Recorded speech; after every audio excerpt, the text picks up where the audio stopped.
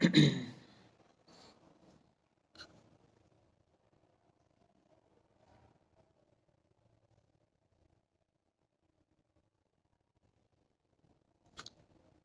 बच्चों, good evening. कैसे हो आप लोग?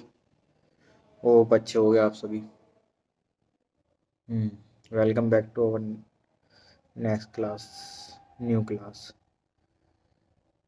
हाँ जी। लास्ट क्लास में किसी को कोई डाउट है? जिन बच्चों के डाउट नहीं आ रहे हैं या तो वो पढ़ नहीं रहे हैं, पढ़ रहे हैं तो उनके समझ ये ज़्यादा अच्छे से समझ में आ रहा है, या मैं ज़्यादा अच्छे से पढ़ा रहा हूँ। दोनों में से एक बात हो सकती है। जो बच्चे बिल्कुल ही एक्टिव नहीं हैं ग्रुप पर, वो प्लीज़ कृपया करके एक्टिव हो जाएं, पढ़ने पर ध्यान दे दें, पढ़ने लगें, मेरे को बार बार मजबूर ना करें। अब जो इस मंथ के लास्ट में आपके जितने भी एग्ज़ाम्स वगैरह होंगे, जितने भी टेस्ट होंगे, उनकी एंडिंग का रिजल्ट जो है वो आपके घर पहुंचेगा। तो फिर आपके पेरेंट्स से बात करेंगे हम। तो इसलिए प्लीज़ कृपया करके थोड़ा ध्यान दे लें पढ़ाई पर। मेरे को आप ही लोग मजबूर कर रहे हो। आप पढ़ने लगो तो मेरे को कोई दिक्कत नहीं है, बट ये कि थोड़ा सा बी कोऑपरेटिव। थोड़ा आप मेरे को कोऑपरेट करो, मैं आपको कोऑपरेट करूँगा। ठीक है। टाइम करीब आ चुका है, बोर्ड्स एग्ज़ाम आ रहे हैं, टेंशन होनी स्टार्ट हो गई सर। पढ़ने में दिल नहीं लगता, दिन ऐसे ही निकल जाता है, ठंड का टाइम है, ठंड लगने लगती है, पढ़ते पढ़ते नींद आ जाती है, क्या करें सर? ये सारे डाउट आ रहे हैं। कॉमन क्वेश्चन है, सबके यही प्रॉब्लम है। सब यही वो करते हैं, सबको मोटिवेट करने के लिए अलग अलग कॉल पे अलग अलग तरीके से समझाता हूँ। इसलिए आज एक कॉमनली क्लास स्टार्ट करने से पहले 2 मिनट पहले समझा रहा हूँ बेटा, कि जब तुम डॉक्टर बनोगे ना, या जब तुम ओपीडी बैठोगे अपने, तो देखो जब तुम बैठे हो ना, तो उस टाइम पे तुम्हारे पास पेशेंट है। अगर तुम एक अच्छे डॉक्टर बन गए, एक सही सुध बढ़िया डॉक्टर बने हो, तो तुम्हारे पास प्रैक्टिस के टाइम पे तुम्हारे पेशेंट अच्छे खासे हैं। ठीक है। बाहर पेशेंट खड़े हैं, तुम सर्जन वगैरह बने हो फॉर एग्जांपल। ठीक है। तुम्हारी अ, वो भी है, सर्जरी डेट्स भी हैं। ठीक है। तुम्हें सर्जरी भी करनी है, पेशेंट भी देखने हैं, उसी बीच में इमरजेंसी भी आ रही है, वो भी देखनी है, घर परिवार को भी देखना है, यार दोस्तों को भी देखना है, सोशल लाइफ भी देखनी है, सारी चीज़ देखनी है बेटा। तो इस सब को मेंटेन करने के लिए अभी से तुम्हारी प्रिपरेशन कराई जाती है। ये प्रिपरेशन क्या है बेटा? ये वो डॉक्टर वो नहीं बनता बेटा 5.5 साल में, उससे पहले का ये जो टाइम पीरियड है, ये है सबसे इम्पोर्टेंट। क्योंकि इस टाइम पे अपने डिज़ायर को कंट्रोल करना, अपनी इच्छाएं मार के पढ़ने बैठना, और पढ़ना, मेहनत करना, ये सारा वो है। और देखो पढ़ लोगे तो ये 5 साल में, आगे चलने के बाद में 5 साल के बाद में सक्सेसफुल होगे। ठीक है, ज़्यादा प्रॉब्लम नहीं आएगी। ठीक है। नहीं पढ़ोगे तो नुकसान तुम अपने उठाओगे। ठीक है। तो अगर पहले पहले तो बच्चे बोलते हैं नहीं सर हमारा डॉक्टर बनना ना सपना है। बेटा सपने तो सपने ही रहते हैं। ठीक है।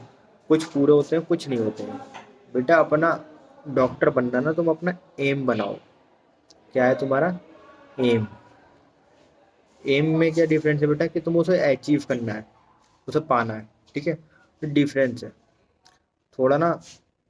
सारी चीज़ें करो, शादी में जाओ आओ, उठो बैठो, घूमो घामो, सब कुछ करो। ठीक है।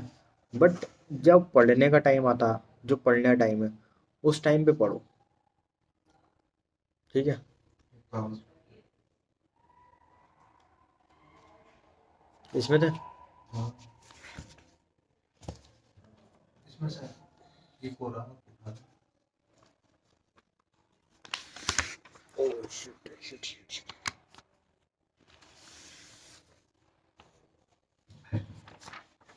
हाँ जी। ठीक है। और मोटिवेट तुम्हें कोई भी नहीं कर सकता, ना तुम्हें डिमोटिवेट कोई कर सकता, तुम खुद को खुद ही करोगे। ठीक है। समझाना तुम्हें खुद को ही है, एट द एंड आंसर इसका यही है बेटा। पढ़ना तुम्हें खुद ही पड़ेगा। हम पढ़ा सकते हैं, समझा सकते हैं, लेकिन सेल्फ स्टडी इज कंपलसरी। ठीक है। पढ़ो, कोई चीज़ पढ़ा रहे हैं समझ में नहीं आ रही है, एक बार नहीं 1000 बार पूछो, हमें कोई दिक्कत नहीं है। ठीक है। तो लास्ट क्लास में हमने क्या डिस्कस करा था?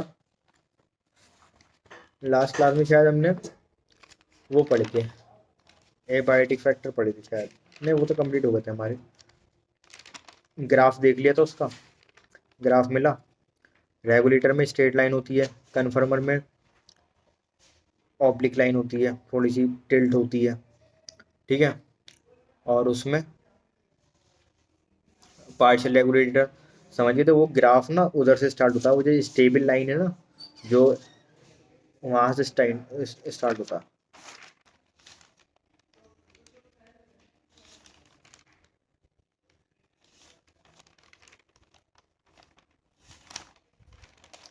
माइग्रेशन वगैरह तो अब समझ में आ गया, क्लियर होगा। माइग्रेशन तो यही होता है बेटा, तुम्हारे भी साथ होता है। अगर तुम्हें कोई स्ट्रेसफुल कंडीशन होगी तो तुम वहां से निकल के, अपने घर से निकल के दूसरी जगह जाओगे, अपना प्लेस चेंज करोगे। तो वो क्या होता है, temporary movement of stressful habitat. उस स्ट्रेसफुल हैबिटेट से तुम टेम्पररी मूवमेंट कर रहे हो, ठीक है। चार पांच चार टाइप, तीन टाइप का होता है, डेली डेली बेसिस पर, पीरियडिक बेसिस पर, एनिमल बेसिस पर, ठीक है। बर्ड्स करते हैं, बर्ड्स अपना खाना खाने के लिए यहाँ से दूसरी जगह जाती है, दूसरी जगह से फिर वापस आती है, माइग्रेशन ही कहलाता है, ठीक है। पीरियोडिक में दो टाइप की फिशेज के बारे में बताते हैं, कैटाट्रोमोसिस, एनाट्रोमोसिस। फ्रेश वाटर से वो सी वाटर में जाती है, और सी वाटर से फ्रेश वाटर में आती है एनाट्रोमोसिस, ठीक है। सबसे इंपॉर्टेंट बेटा, मेन मेन जो हाईलाइट पॉइंट्स हैं वो बता रहा हूँ कल की क्लास के, जिन्होंने नहीं देखी है वो इस क्लास से थोड़ा सा एक आइडिया लग जाएगा, क्योंकि नेक्स्ट क्लास भी इससे को रिलेटेड हो, ठीक है बेटा। तो एक सबसे हाईलाइट पॉइंट इसका कहता है बेटा, एक सर्बियन क्रेन, ठीक है। ये कहाँ से आया बेटा, इट कम फ्रॉम सेब्रियन, ठीक है। सेब्रियन एक जगह है, वहाँ से ये एक बर्ड आई है। कहाँ पर आती है माइग्रेशन के लिए, कम्स टू कैलोडो नेशनल पार्क। कहाँ पे है ये, राजस्थान में। राजस्थान में किस स्टेट में, किस जगह पर, वो है भरतपुर, ठीक है। तो ऐसे क्वेश्चन आता है, 2018 में क्वेश्चन आया था ये, और शायद 2015 का भी क्वेश्चन है, 15 या 16 में से किसी ईयर में आया था। बट ये मोस्टली आस्क क्वेश्चन है पुराने, अगर पैटर्न पे देखा जाए, क्योंकि इस साल सीबीएसई कंडक्टिंग बॉडी है, ठीक है। सीबीएसई कराएगी आपका पेपर कंडक्ट। तो मेरे को लगता है कि हाँ, कुछ थोड़ा बहुत तो टिपिकल क्वेश्चन पेपर बनाएगी वो, और वो ना ये छोटे छोटे पॉइंट्स ही हाईलाइट करेगी, क्योंकि उनके में आते थे आईपीएमटी वगैरह में भी, ठीक है। सस्पेंशन में ये होता है बेटा, सस्पेंड हो जाते हैं, छुप जाते हैं अपने घर में, छुप छुप कर बैठ जाना। जैसे प्लांट्स हैं कुछ हमारे, एल्गी हैं, लोअर प्लांट्स हैं, ठीक है। हायर प्लांट्स में सीड्स, ठीक है। इसका एग्जाम्पल याद रखना। एनिमल में समर स्लीप में कौन जाता है, समर स्लीप का दूसरा नाम क्या है बेटा, एस्टिवेशन है। क्या है बेटा दूसरा नाम, एस्टिवेशन, ठीक है। इसका एग्जाम्पल क्या है,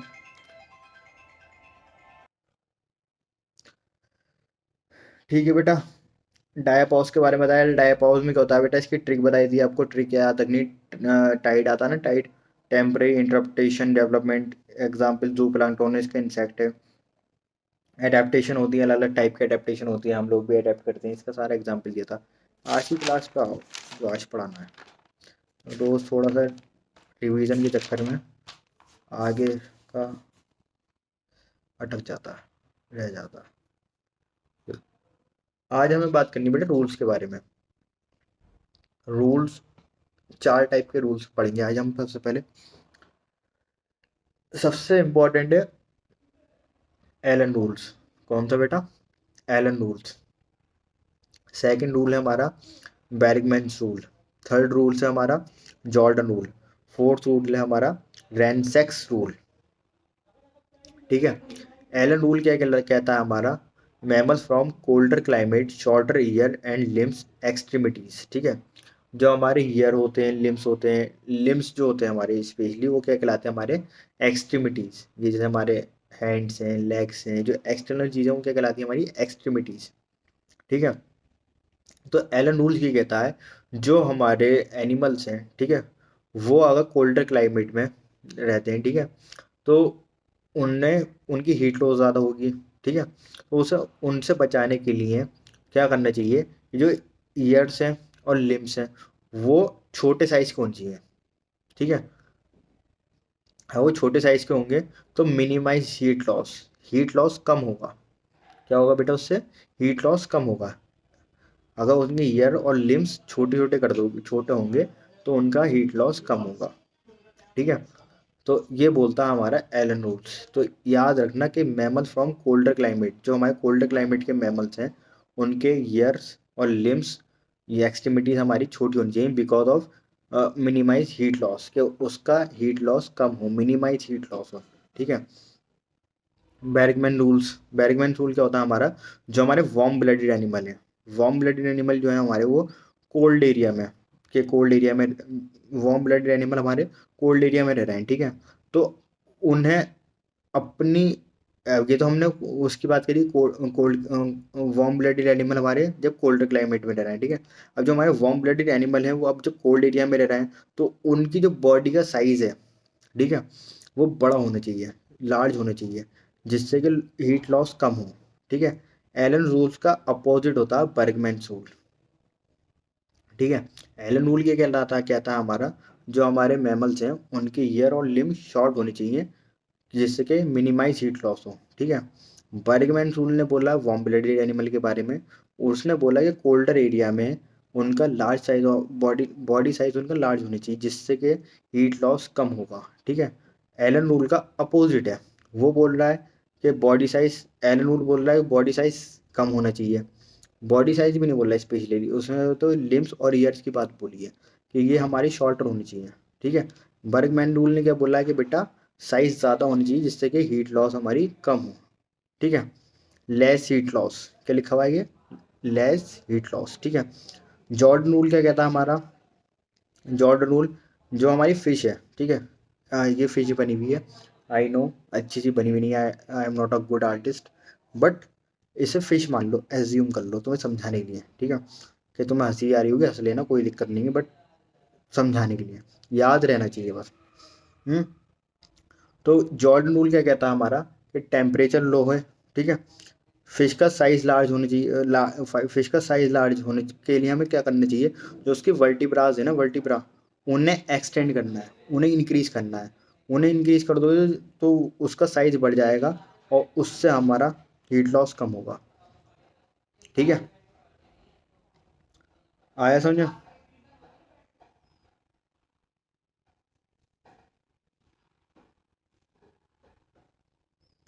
जो हमारे रेनसैक रूल है, रेनसैक रूल किसके लिए एप्लीकेबल है हमारा, बर्ड्स के लिए। किसके लिए बेटा, बर्ड्स के लिए। तो बर्ड्स भी दो दो रीजन में रहती हैं, एक तो कोल्डर वाली, एक कोल्डर उसमें, एक वार्मर उसमें।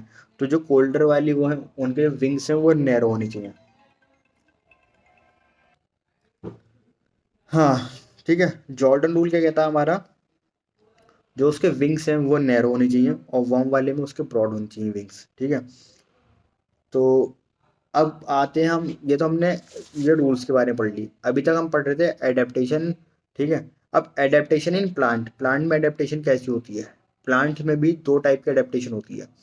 एक वो प्लांट्स हैं हमारे जिनका नाम है जीरोफाइट्स, एक वो प्लांट्स हैं हमारे जिनका नाम है हाइड्रोफाइट्स। देखो मेरे पास अगर फोटो होता है तो मैं तुम्हें दिखाने की कोशिश करता हूँ कि जीरोफाइट कौन से प्लांट होते हैं। तुमने प्लांट देखा है, प्लांट के ऊपर लीफ आती है, ठीक है, लीफ देखिए अच्छे से। तो लीफ कैसी होती है, और इसमें जीरोफाइट्स में लीफ कैसी होती है, वो बहुत डिफरेंस है। ठीक है। तो वो समझाना है।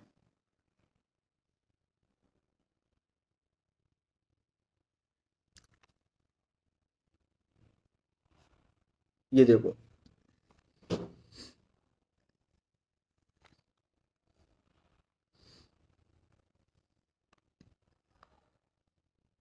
दिख रहा है, ये लीफ ही है, बट ये कांटे कांटे से बन गए, ये मॉडिफाइड हो गए। ये मैं आपको एक ग्रुप पे भेज दूंगा, ठीक है, ग्रुप पे आप देख सकते हो। अगर नहीं भेजूँ तो मेरे को ग्रुप पर मैसेज कर देना कि सर एक बार भेज दो। तो ये जीरोफाइट प्लांट है हमारा। हम्म। तो जो इसकी लीफ होती है ना, लीफ, जो मैंने लीफ, जब हम इसे पढ़ रहे हैं, इसके हम वो पढ़ रहे हैं कैरेक्टर्स। ठीक है। तो इसमें आपको ये बताना है बेटा कि कौन से वाले मॉर्फोलॉजिकल वाले हैं, कौन से वाले हमारे एनाटॉमिकल वाले हैं। ठीक है। जो मॉर्फो हम पढ़ चुके हैं, मॉर्फोलॉजी इन फ्लावरिंग प्लांट। ठीक है। उसमें हमने बताया था कि बेटा मॉर्फो में हम किसकी बात करते हैं, बेटा एक्सटर्नल स्ट्रक्चर की। किसकी बात करते हैं बच्चे, एक्सटर्नल स्ट्रक्चर की। हम्म। और एनाटॉमी में किसकी बात करते हैं हम, इंटरनल स्ट्रक्चर की। ठीक है। तो अब तो मैं वन बाय वन मैं इनके फंक्शन के बारे में बोलूँगा, ठीक है। तुम्हें आइडिया करना है कि कौन सा मॉर्फोलॉजिकल रिलेटेड है और कौन सा एनाटॉमिकली, ठीक है। जीरोफाइट्स में क्या होता है बेटा, लीफ रिड्यूस टू स्पाइंस, ठीक है। जो हमारी लीफ है ना, वो वाटर की कमी के कारण, टेम्परेचर के कारण वो उसकी लीफ क्या कर जाती है, वो रिड्यूस कर जाती है। वो क्या कर जाती है बेटा, स्पाइंस की फॉर्म में कन्वर्ट हो जाती है। स्पाइन यानी कि कांटे की फॉर्म में आ जाती है, ठीक है। तो ये मैंने आपको प्लांट किंगडम में ही पढ़ाया था। और सक्यूलेंट स्टेम होती है इनकी। सक्यूलेंट स्टेम क्या होती है बेटा, जो पानी को स्टोर करके रखे, ठीक है। पानी को स्टोर करके रख लेती है, जेल टाइप का उसमें वो होता है सक्यूलेंट, जिससे कि वो प्लांट सरवाइव करता है। मैंने आपको अभी क्लास में बताया भी था बेटा, सक्यूलेंट प्लांट्स घर में भी लगाते हैं फॉर आर्टिफिशियल शोइंग, ठीक है, कि घर में खूबसूरती बढ़े, इसलिए लगा रहे हो तुम लोग, ठीक है। और सनकन स्टोमेटा, सनकन स्टोमेटा क्या होते हैं बेटा, स्टोमेटा होते हैं हमारे, हमने पढ़े थे, open open stomata, close stomata, ठीक है। गार्ड सेल्स पढ़ी थी, सारा उसमें पढ़ाया था मैंने, मेरे को याद है। फिर भी किसी को नहीं पता हो तो कि अपने बैचमेट से पूछ लेना, जो नए बच्चे हैं, अगर कोई है ऐसा तो। और जिसको नहीं ही पता बिल्कुल, तो मेरे को कॉल कर लेना, ठीक है, नहीं तो एक बार पढ़ लेना, ठीक है। ये स्टोमेटा, इस जीरो फाइट का जो स्टोमेटा है वो ओपन कब होता है, scoto active stomata. Scoto active stomata क्या होता है बेटा, ओपन इन नाइट, जो रात में ओपन होते हैं स्टोमेटा, ठीक है, उन्हें बोलते हैं स्कोटो एक्टिव स्टोमेटा, ठीक है। इसका क्यूटिकल थिक होता है, जिसका पाथवे है ना, उसका क्यूटिकल है वो थिक है, ठीक है। रूट सिस्टम वेल डेवलप, ये रूट सिस्टम इसका वेल डेवलप है, ठीक है, प्रॉपर वेल डेवलप हुआ है। तो जीरो फाइट्स में हमने क्या क्या देखा, जो उसकी लीफ है वो मॉडिफाइड हो जाती है, वो रिड्यूस होकर स्पाइंस की फॉर्म में कन्वर्ट हो जाती है। इसके पास सर्कुलेंट स्टेम होती है, ठीक है। जो इसकी स्टेम है वो कैसी सर्कुलेंट स्टेम है, ठीक है। इसके पास क्या प्रेजेंट है, सनगन स्टोमेटा, ठीक है। अगर स्टोमेटा प्रेजेंट है तो उसमें ओपन ओपन डे और नाइट का सिस्टम रहता है, ठीक है। तो हमें ये बताना है कौन स्टोमेटा किस टाइम पे ओपन होता है इसका। तो उसके लिए वर्ड यूज़ करा जाता है scoto active stomata, open in night, ठीक है। थिक क्यूटिकल है ये, रूट सिस्टम वेल डेवलप है इसमें, ठीक है। अब इसमें से ये बताओ मॉर्फोलॉजिकल वाले कौन से हैं और एनाटॉमिकल वाले कौन से हैं। देखो, जो लीफ रिड्यूस होकर स्पाइन की फॉर्म में कन्वर्ट हो रही है, कौन था हमारा, मॉर्फोलॉजिकल से रिलेटेड है, ठीक है। सर्कुलेंट स्टेम हमारा मॉर्फोलॉजिकल से रिलेटेड, ठीक है।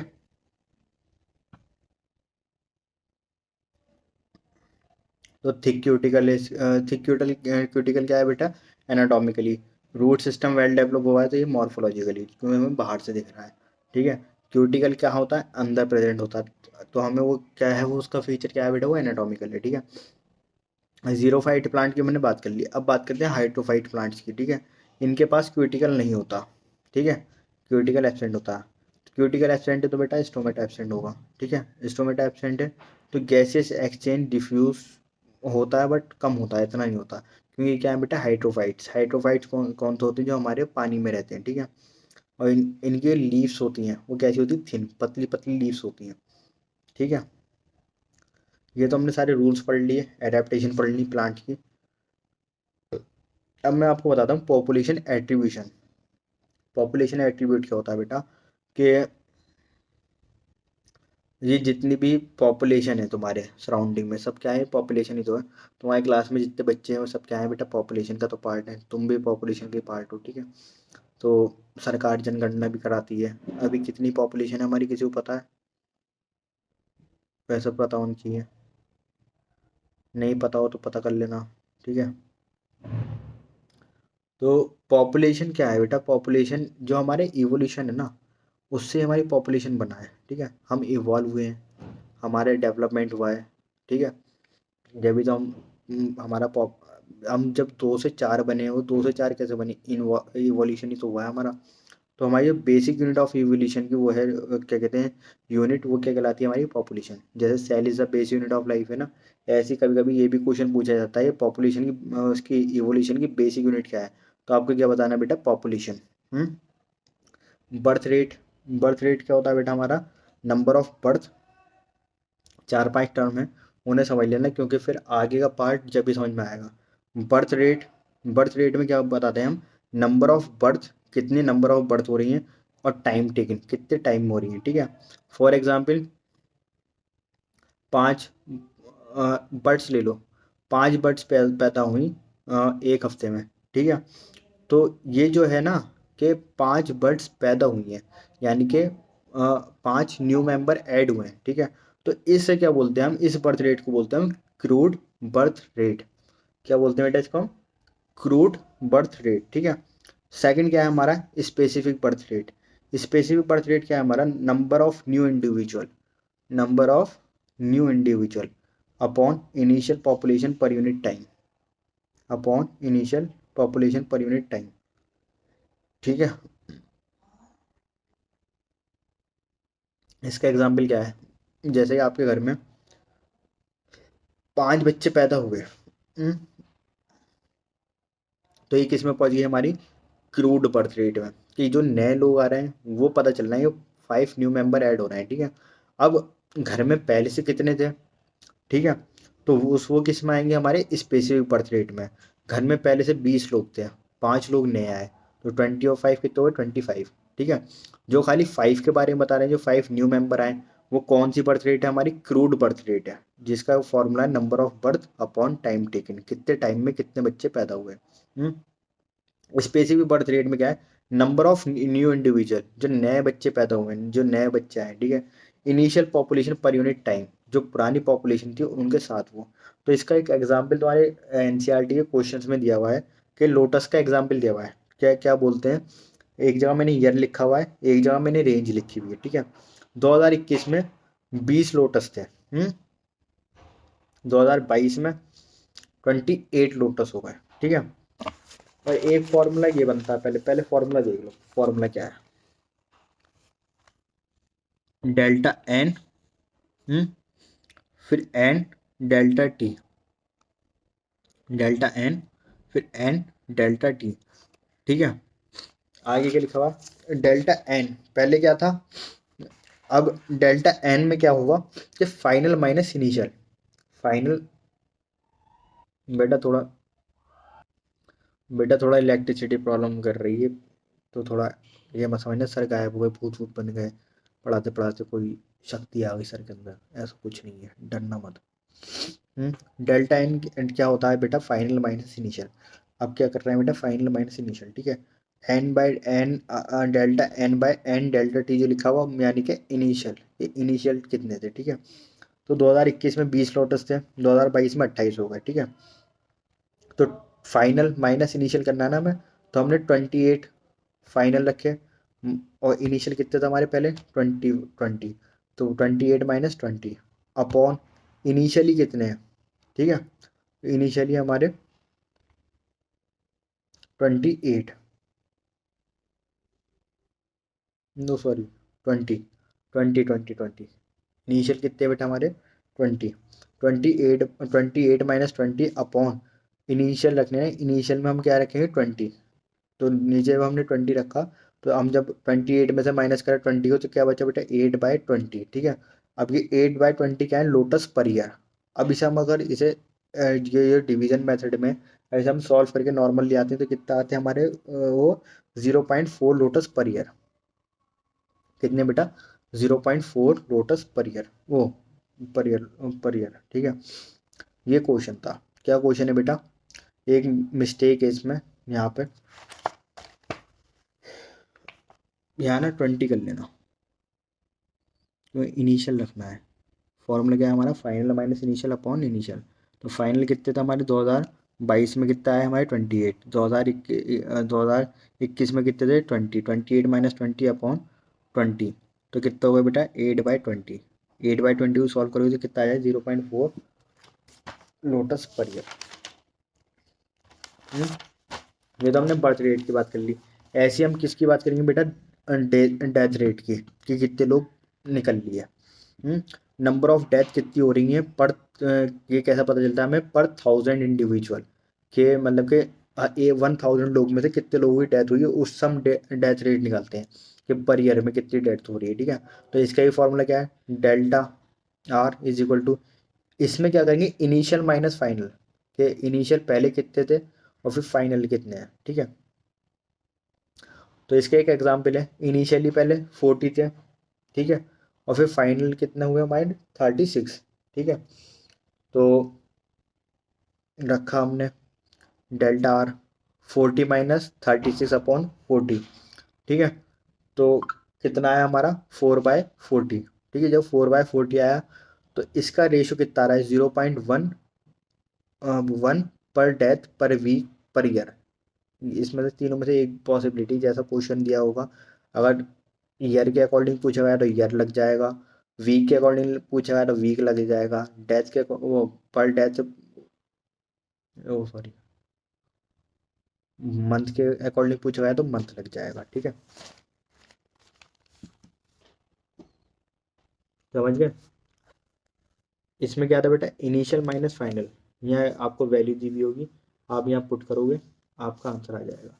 अब यहाँ पे जो भी क्वेश्चन में लिखा होगा कि कितने पर कितने लोगों की डेथ हो रही है वो तुम्हें निकालना है, ठीक है। बर्थ रेट निकाल लिया तुमने, डेथ रेट निकाल लिया, ठीक है। पॉपुलेशन कंसिडर ऐसी करी जाती है जो होता है। अब सेक्स रेशो निकालते हैं। सेक्स रेशो में क्या आता है बेटा कि कितने मेल्स हैं कितने फीमेल्स हैं ये पता करो, ठीक है। तो 1,000 लोग हैं, ठीक है।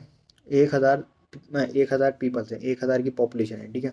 उसमें से 600 क्या है हमारे मेल्स हैं और 400 क्या है बेटा हमारी फीमेल्स हैं। तो मेल और फीमेल्स का रेशो कितना हो गया कि 60% तो मेल्स हो गए और 40% हमारी फीमेल्स हो गई, ठीक है। ये होता है सेक्स रेशो।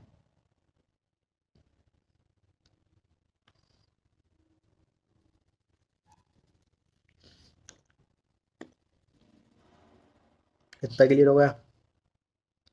बर्थ रेट निकालने सीख लिया, डेथ रेट आ गई, सेक्स रेशियो आ गया। अब तुम्हें पॉपुलेशन को कंबाइन करना है कि पॉपुलेशन के एक पिरामिड्स बनते हैं, एक ग्राफ बनते हैं, ग्रुप बनते हैं। वो 3 ग्रुप में डिवाइडेड है। पॉपुलेशन को हम कैसे पॉपुलेशन को वो करते हैं, ये 3 ग्रुप वाइज करते हैं, ठीक है। एक तो वो लोग हैं जो प्री रिप्रोडक्टिव हैं, ठीक है, यानी कि अभी वो क्या बोलते हैं उसको, 12 साल से पहले वाले बच्चे, ठीक है, प्री रिप्रोडक्टिव है अभी। फिर रिप्रोडक्टिव जो कि तुम लोग हो, ठीक है, जो रिप्रोडक्शन कर सकते हैं। फिर आते हैं पोस्ट रिप्रोडक्टिव, यानी कि ओल्ड एज पीपल्स, के वो हैं तो बट इतनी चांसेस नहीं है कि वो पॉपुलेशन में अपना समर्थन अपना वो साथ दे पाएंगे, ठीक है। Pre reproductive, reproductive, post reproductive, ये 3 याद रखना, ठीक है। एज अकॉर्डिंग हम पिरामिड्स बनाएंगे, कि तीनों के एज अकॉर्डिंग पिरामिड्स बनाएंगे। प्री रिप्रोडक्टिव कौन से होते हैं हमारे, जो 12 साल से पहले वाले, ठीक है। रिप्रोडक्टिव वाले जो है हमारे वो जो रिप्रोडक्टिवली एक्टिव है।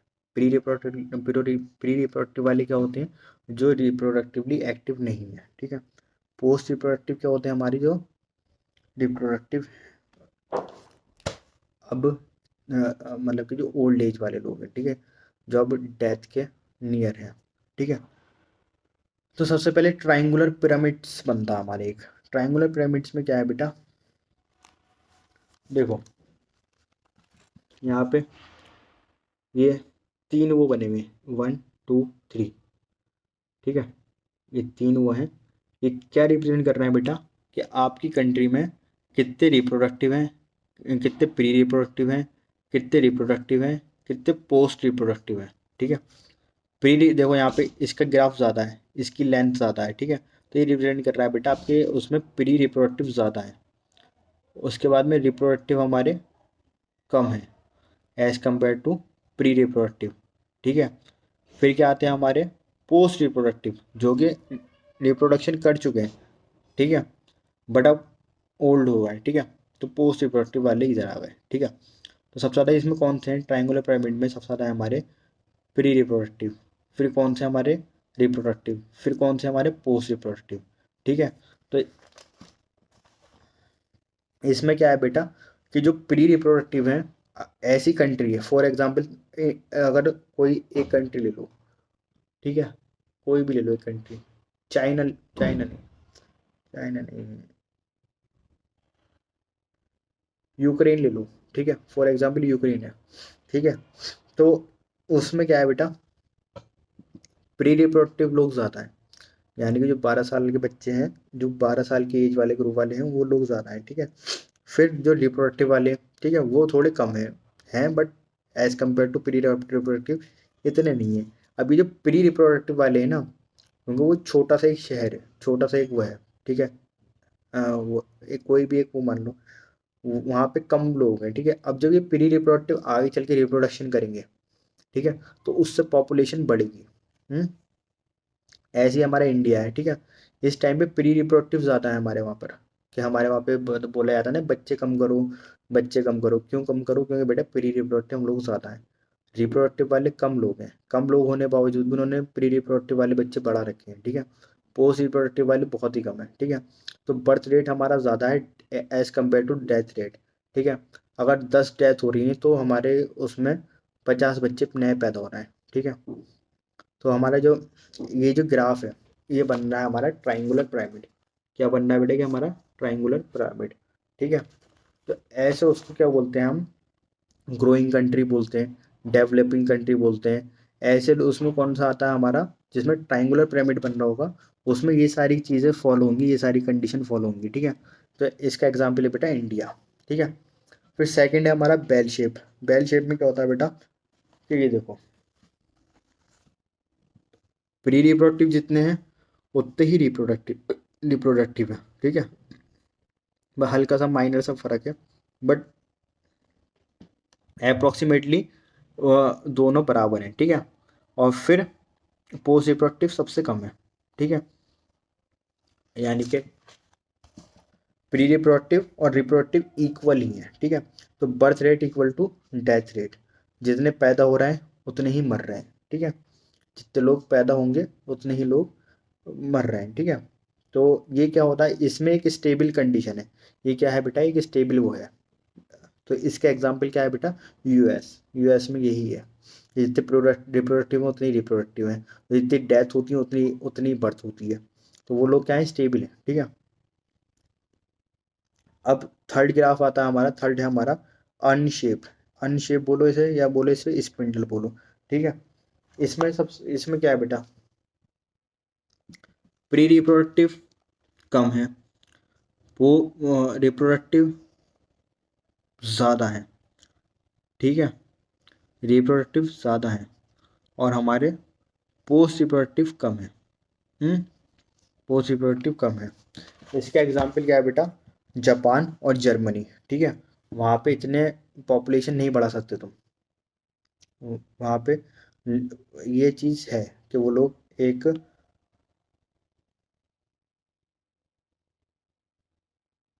तो इसमें क्या है बेटा कि जितनी, इसमें क्या है, डेथ ज़्यादा हो रही है और बर्थ कम हो रही है, क्योंकि जो रिप्रोडक्टिव लोग हैं वो आगे चल के किस में जाएंगे बेटा, पोस्ट रिप्रोडक्टिव में। तो वो लोग ज़्यादा लॉस होंगे, ठीक है। तो इसमें क्या हो रहा है बेटा, डेथ ज़्यादा होती है, बर्थ कम होती है, ठीक है। तो इसे क्या बोलते हैं कि डिक्लाइनिंग वो है, डिक्लाइन यानी कम होना, कि पॉपुलेशन का डिक्रीज डाउन होना। तो ये इसका एग्जाम्पल क्या क्या है बेटा, जापान एंड जर्मनी, ठीक है। जापान एंड जर्मनी इसके सबसे बेस्ट एग्जाम्पल है, ठीक है। तो अब आपको करना क्या है बेटा, आपको जल्दी से जल्दी एनसीईआरटी बुक उठानी है, क्लास ओवर होते ही सबसे पहले एनसीईआरटी रीड करनी है।